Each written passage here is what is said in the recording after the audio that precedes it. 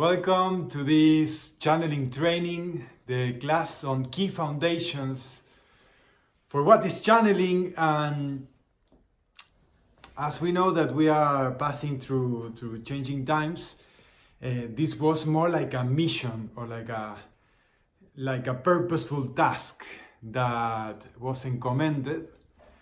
So from that moment on started coming the channeling insights of what people should know that already are awakening, already are starting to receive messages or realizing that they have been receiving messages, but sometimes didn't have the awareness to understand it and integrate that messages. I will start, for the ones who don't know me, with why I do this, with my story on this, because it brought me alive. It brought me technically to life. I was very inside the matrix, as I can say it. I was in the zombie apocalypse, as I say, like every day working in politics, studying university, going to party 3 or 4 days in the week, alcohol and all that stuff. And then I started connecting with more sensitive people, dancers and channelers and healers, and then I got this awakening that I could not ignore. It's like, I see colors, when I close my eyes I see things, I see memories and I feel them, and I cannot ignore that. I just have to keep moving forward to understand what is going on here. And I kept going, and then the world started expanding, like that I could communicate with colors, I could communicate with my own body, with my, like everything is talking. And it was like, I didn't need to be on acid or any drug to realize that, It was like, everything is talking, like really I holded a crystal and it was like giving information. And it was like, but everything is talking, That's why I had an intense entrance to this, because it was more for survival, not to not lose it, to keep it together. So from there, I went very deep on this, and started using my whole systemic, my intelligence of the mind work into a framework. During my practices, I have seen many persons that when they are faced with information, when they are faced with their own path, they kind of deviate themselves from their path. And I saw a lot of that in the Akashic Records openings. As we have been working, the practice of oracling, having not only an oracle external that can be any shape, any shape or form that is giving me a reference of where I am standing in my path.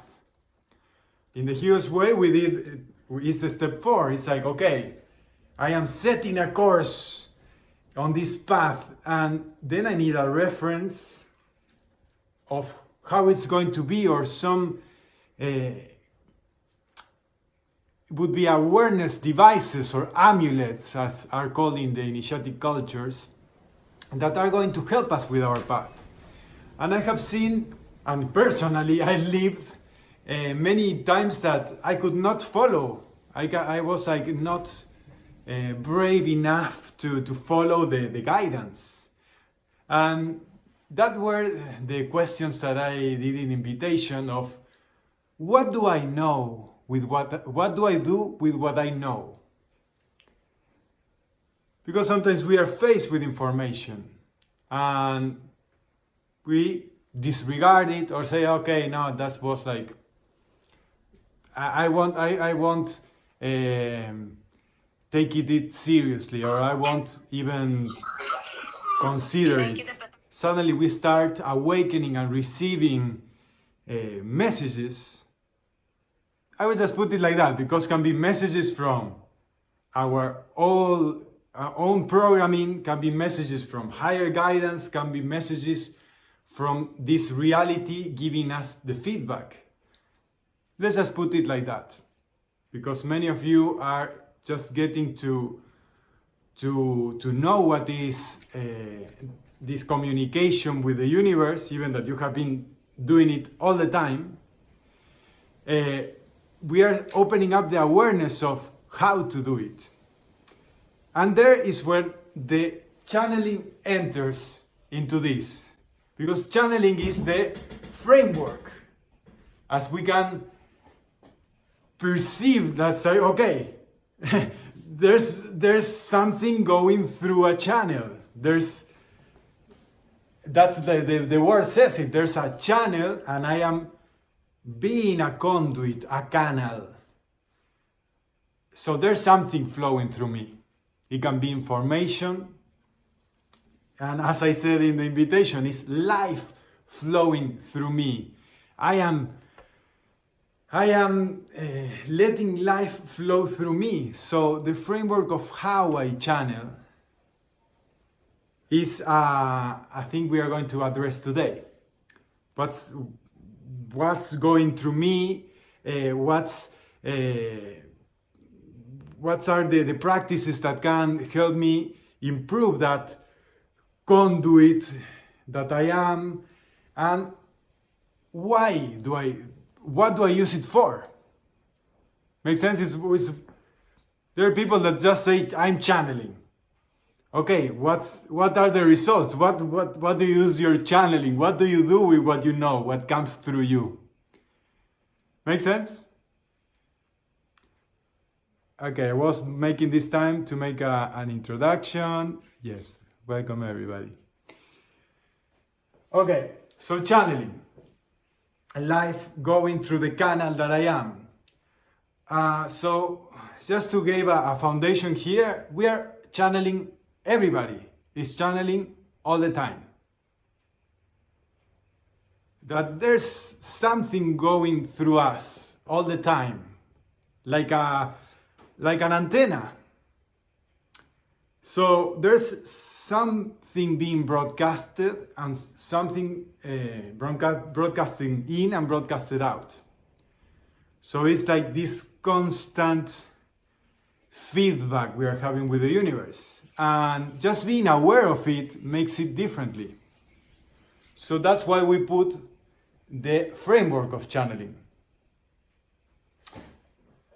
Okay, this is a different channeling class and training, because we are having the initiatic and the systemic approach.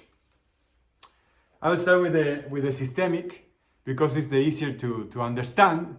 And 5 of my spiritual mentors are computer engineers. So I was thinking the other day, there must be some coincidence that engineers, even we talk some terms of this, and he can easily understand it because of the interconnectedness. The systemic approach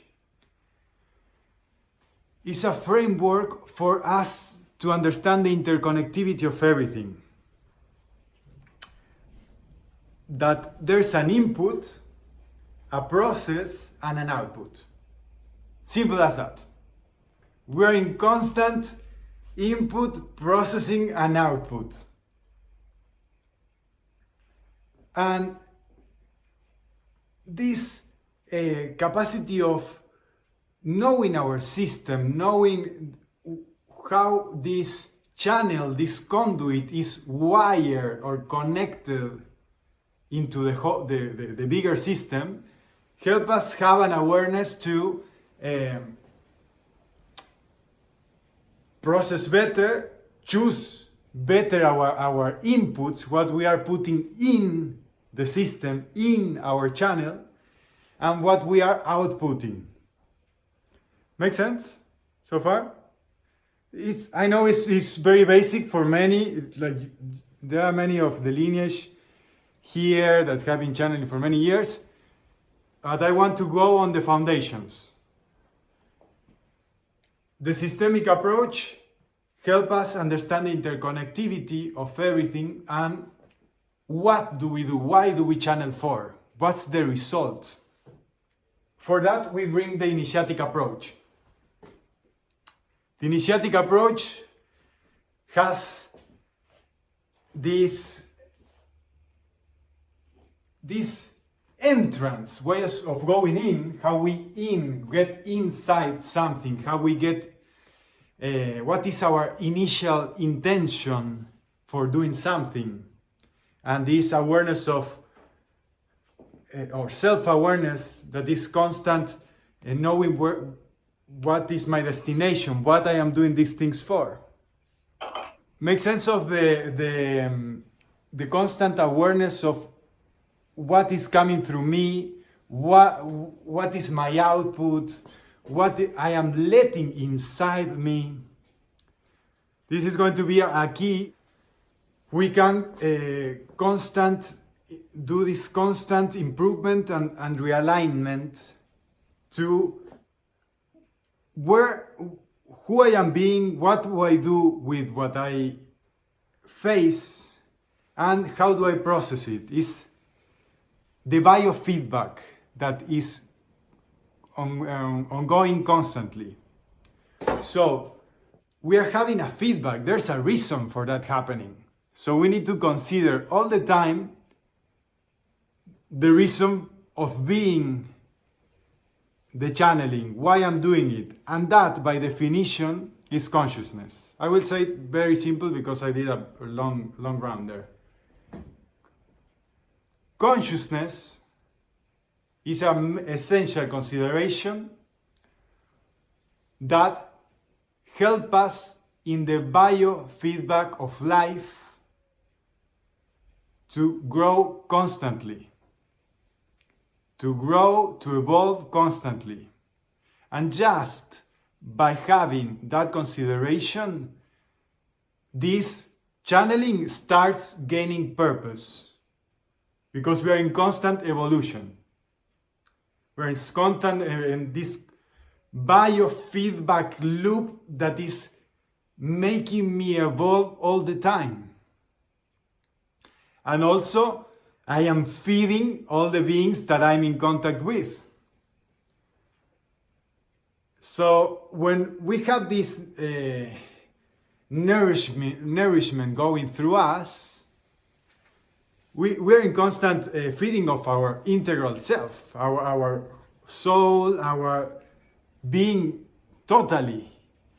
And sometimes this flow helps us to discover parts of ourselves that we have not been considering before.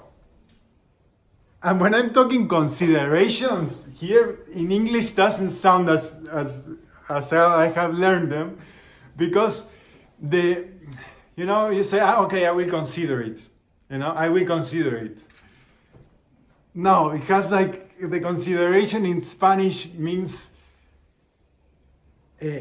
I take this and I will have it into my awareness. And this will go with me, consider, side. It goes on my side. Icon with on my side. So I will have it on my awareness coming with me. So that's when I have it really considered.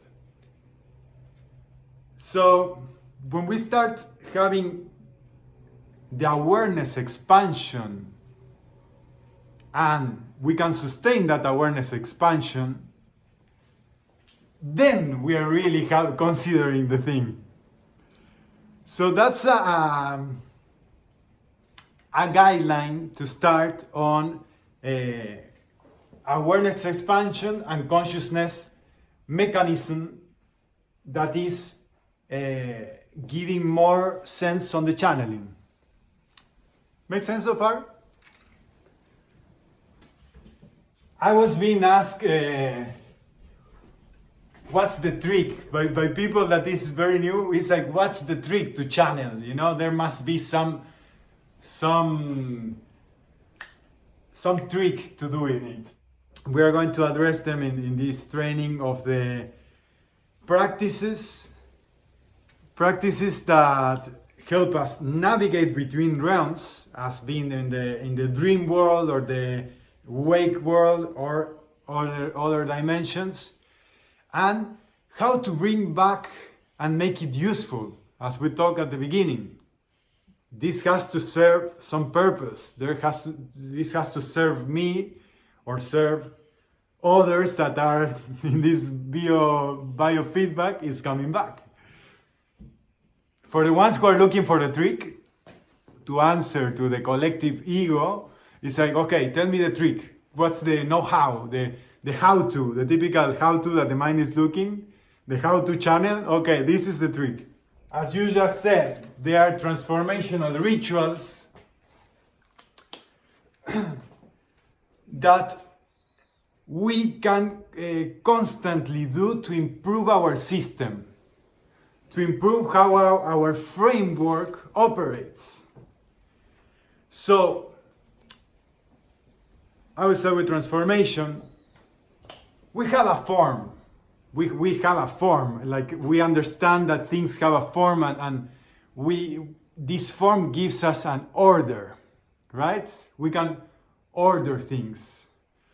So, for life to flow in order, that can be a good use of channeling, a good awareness for channeling, for life to flow in order through ourselves,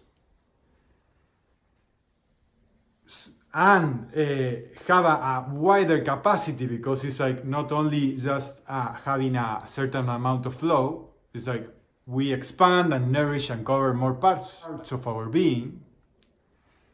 We need to transcend the form that we currently have, and that's transformation, transcend the form. Make sense? Transcend my form. And that's like, appears like a fancy word, but it's basic. That's you don't even have to try to transform. Everything will, it's natural process of life. Everything will, like, you grow up and you already transcend your form. It's like, it's like, we don't have to try hard to transcend our form. Maybe for the alchemy, that's why we bring the initiatic approach. For alchemy of transmutation, there's another thing that's way different level. Transformation and transmutation is very different. You transcend the mutation, you transcend the possible changes that can be done according to the paradigm or the framework. So, to transcend our form, it's like the idea of constant evolution. Okay, I have to go beyond the current form. I have to keep growing. So that's an important consideration, something that you embrace. And okay, if you are using the channeling for transforming yourself, for evolving, good track. That will put you on a good track. To do so, you can use rituals. Rituals. What's a ritual? Do you have any observations on rituals?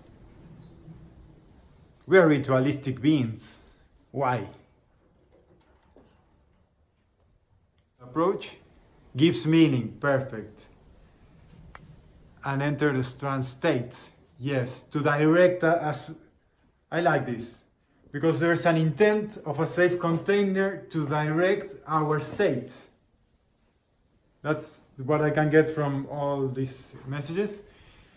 And yes, this is a container, or again, a frame that can be working or not. So I won't say framework. If it's if it's coming from a frame that works, awesome. But if we don't know what is the intention and what we are aiming to accomplish with the ritual, we are not knowing if this ritual is working.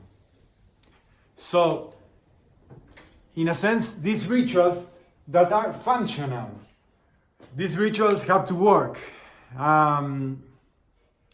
So when we have the awareness and many considerations, we will know if they are working, if they are bringing the result that we want. There's a deeper reason that I want to highlight. Let's say we are creatures of rituals because of the search of meaning. Rituals bring meaning to our life. And that's something we are craving. It's like we are fed by meaning. We are healed by meaning. We are fueled by meaning.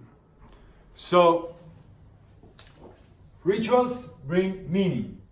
And the wise use of rituals, the proper use of rituals in a conscious way, that I am conscious that I'm doing a ritual, it's like, even when I'm drinking a mate, it's a ritual because it's very ritualistic. A mate is something that we share.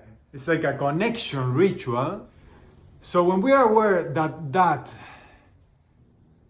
is generating a more meaningful life, that rituals are generating a more meaningful life. So that's a use of rituals. And this has to do with channeling, because when we take awareness to this communication in a ritualistic way, I am channeling consciously. This will bring meaning to what is happening. In this of the rituals, we are going to be working on the next class, because there are many rituals that are very powerful.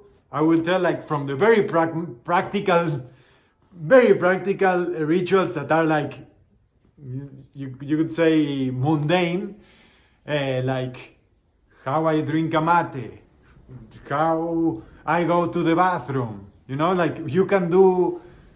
And there's a ritual, I will start sharing that. There's a ritual that is mindful shitting. Initiatic ritual of mindful shitting. Because you let go of things, you empty yourself for more things to come, and you reframe and nuance the meaning of that. And suddenly everything is useful and empowers and brings more meaning, From that point, you take a mate to activate, and then it's very laxative, and then you empty yourself, and here I am being more spaceful for what's come.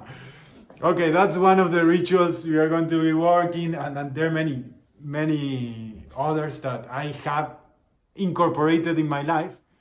And we are going to talk about incorporation, in my body, embodiment. Okay, but let's keep the time frame here. So far so good here. Integral care.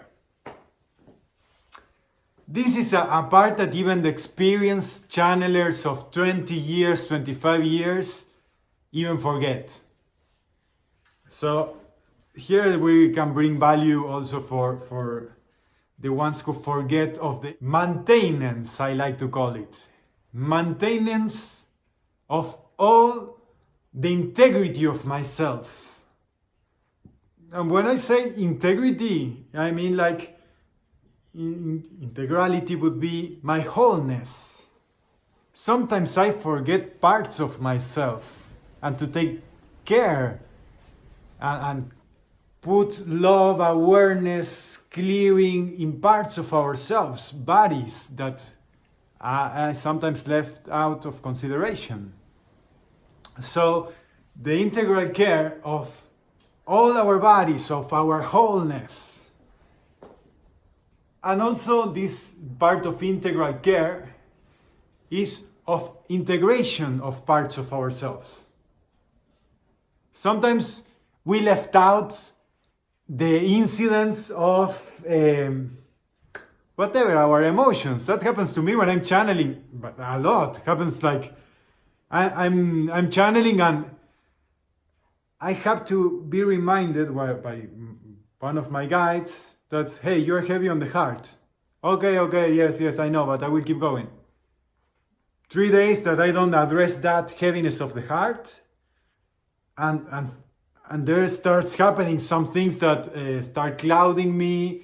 My body starts like going on strike, like withholding energy. You get like the system gets out of harmony because of, the emotional thing. I don't feel bad, so we have those devices. And also for channeling this integral care has a strong effect because it's our instrument.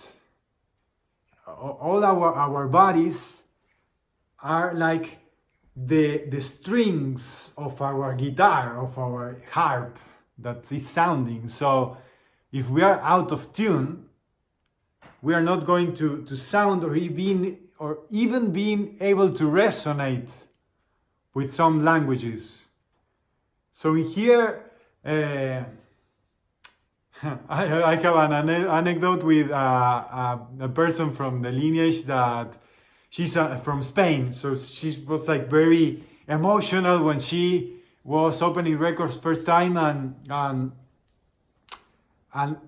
asked something that annoyed her, like triggered her.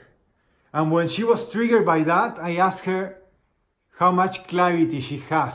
We have a practice of checking our clarity, if we are blurred or there's something in the way of this communication. So she says like she lowered from 90 to 60% of clarity. And why?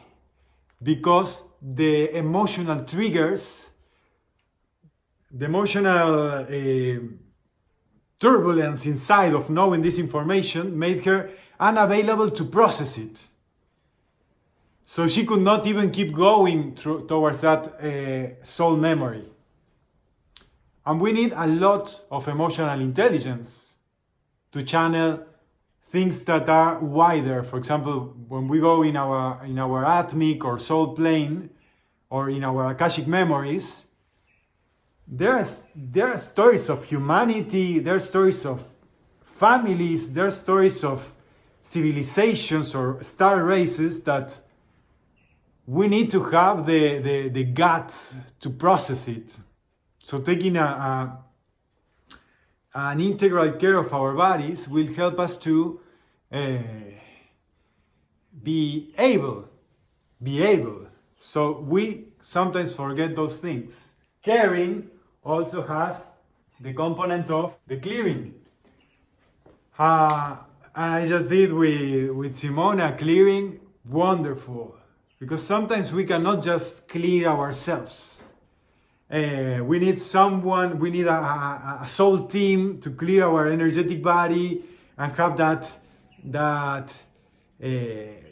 some things getting off our back so we can move better. And well, we're going to work more on the clearing rituals, the integral cares of our bodies, and how we can take care of those parts of us that may have been forgotten. Even in my, yes, I will tell this, even when I had an initiation of the records, I went to look for parts of myself that they were split in half. It was like the Egyptian mythology that you have to look for parts of yourself to reassemble yourself. That was what I understood when I went to the soul plane. We are on a quest to reintegrate our wholeness, to navigate and understand what happened to parts of ourselves, bring them back and put them into the harmony and put them to work. Yes, there we go. I think it's a broadening concept, knowing that there are parts of ourselves that we collect or we reclaim and reintegrate. As I said, the concept of consciousness is, according to Nassim Haramein, is the capacity of perceiving ourselves and learning from that feedback. That's the best scientific definition of consciousness I heard by a scientist. So, the part of learning includes memory, and that's that remember of things that were there maybe in another time, but I can bring them back and remember, like them becoming them part of me again. It's a beautiful practice, the remembrance. And when we go to this last part of the trick, we can expand that remembrance of who we are. If you have this as aim of knowing yourself, remembering your wholeness, and infusing sacredness in your life while it flows through you, that's a good framework. That's a good foundational framework to not forget that everything is giving me an opportunity to know myself better. So there's no coincidence that in the Oracle of Delphi is know yourself in the top, you know. In the Initiatic Approach, we work a lot on not being driven by the ego, like we know the ways and the tricks of the ego to not be directed by it. So when we know ourselves in this, with a capital S, ourselves, we embody the God we are. We embody divinity. That's the Initiatic Approach, is this dissolving the lowercase self to go into the embodiment of divinity. So that's a good aim to have for doing the trick. This trick may take some lifetimes to pull off. It's not just a trick. Let's not be tricked that it's just a trick. It's a way of life. It's a way of life, of sacredness, of how we are living a meaningful life. And that's an approach I wanted to give for today. And foundations to not forget. We're going to be working on these transformational rituals that is for alchemistic imprints. So we get to do the transmutation of ourselves. We can infuse with this meaning even in the small little things, as we were talking, taking a mate, going to the bathroom, doing reading, you know, or going to sleep. Those are things that we all do that can be a tool for bringing more meaning to our life and everything. Thank you for bringing that, because this C in a moment was commitment. This C of caring, I was about to put two C's, and this was commitment to ourselves, commitment to know ourselves. This comes back to the beginning, as everything that is initiatic, of the commitment to why I'm doing this, the commitment to know myself, the commitment to keep on my path, the commitment to not lose track of my path. And I have to share this now because it came yesterday during the channeling. I was navigating many parts of my being, and I was facing demons because they are there too, and we are getting faced with them. So the commitment to know ourselves, to face these demons, help us go through them. If we just faced them accidentally as kind of the victim that, I didn't know what I was doing and suddenly disappeared and I am victimized by it, it's not a good way to get inside ourselves. And that's why it's so scary. And that's why from the beginning we need the commitment. And in the Hero's Way we talk about the labyrinth of Daedalus. Because we may be in a maze. Our life may become a maze that we need to get out of. Or discover through. So in the Daedalus mythology, how to get out of it was having a strong commitment at the beginning, putting a hilo, like a line of linen, and going through all the path so you get the treasure inside of yourself, face the demons, and come back because you remember your intention. And you committed to keep that line, to keep on path. Or initiated as Christ, when Christ said, I am the path, I am the way. It's like you are the pathway and you are living it. So it's being inside of you, being in you. It's how you get back to realignment to you. That's why we do these considerations and initiatic intention of committing to know myself. So that's a thing that we may have forgotten. Many channelers sometimes forget that even that we are in service to others, we get things for us. It's not just, okay, I did a reading. No. There's always something in that reading. There's always a resonance that is teaching you something from that reading. There's something you are learning from that communication, from those records, from those beings that were communicating with you. That is a foundation that I wanted to bring today. This is a constant training. This is a fitness. This is like, as we were talking in the invitation, this is like a spiritual fitness. It's like spiritual muscles of discernment, of truth, how truth lands and resonates with me.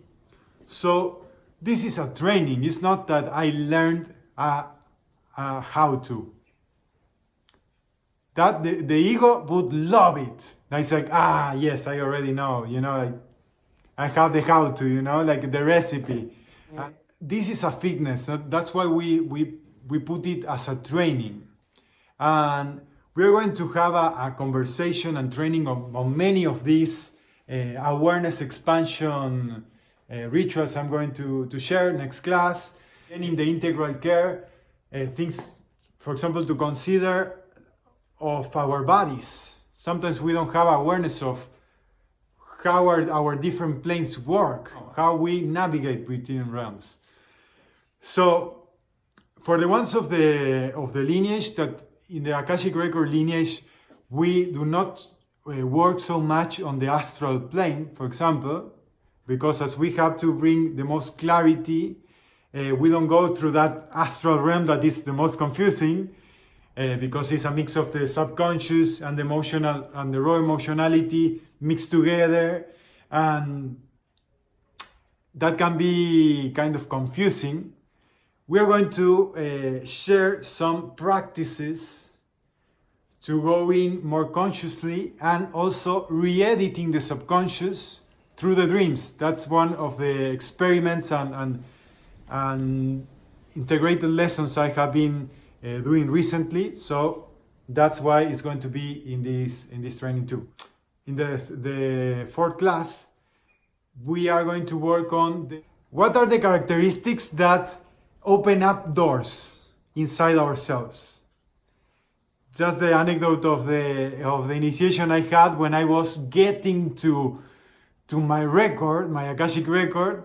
In my initiation, they show me, hey, look, these guys you have been. Look all these shapes and forms you have. And what this cost, what you created, how you created pain, you created sometimes misleading, and I saw many things that I did not integrate it well, and it was like, okay, so what do I need to integrate and be to realign with the divinity that I am?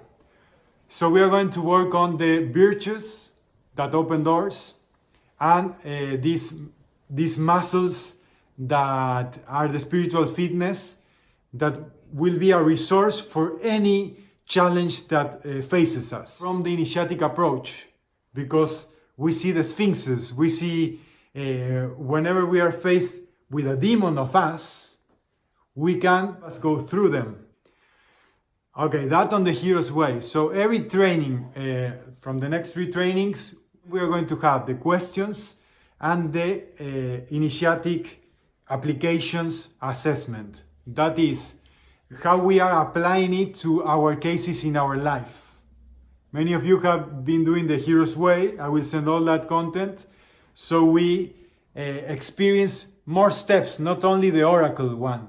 Because this of learning how to channel and the oracle and the communication is awesome. Anyway, we want to go into a practical side of how I embody it, how do I have a perspective to go through whatever challenge I have, and how do I bring back treasures. Because it's not only just going up and staying illuminated. It's amplifying our spectrum of being. And I also can go up and down. It's like, I'm just not tryharding to ascend. That sets you just to go up. It's like, you can go up and down because you have the divine capacity of tuning in different planes and dimensions. You are like the elevator. You just need to try hard to go up. It's like you can go to 7 dimensions, then to 4, then to 3, then to talk to a plant and just we don't need to just go up and up. It's the wholeness. We are going to work on our wholeness. So that's a last insight I wanted to share in this first class. Thank you everybody who's watching this class and the recording.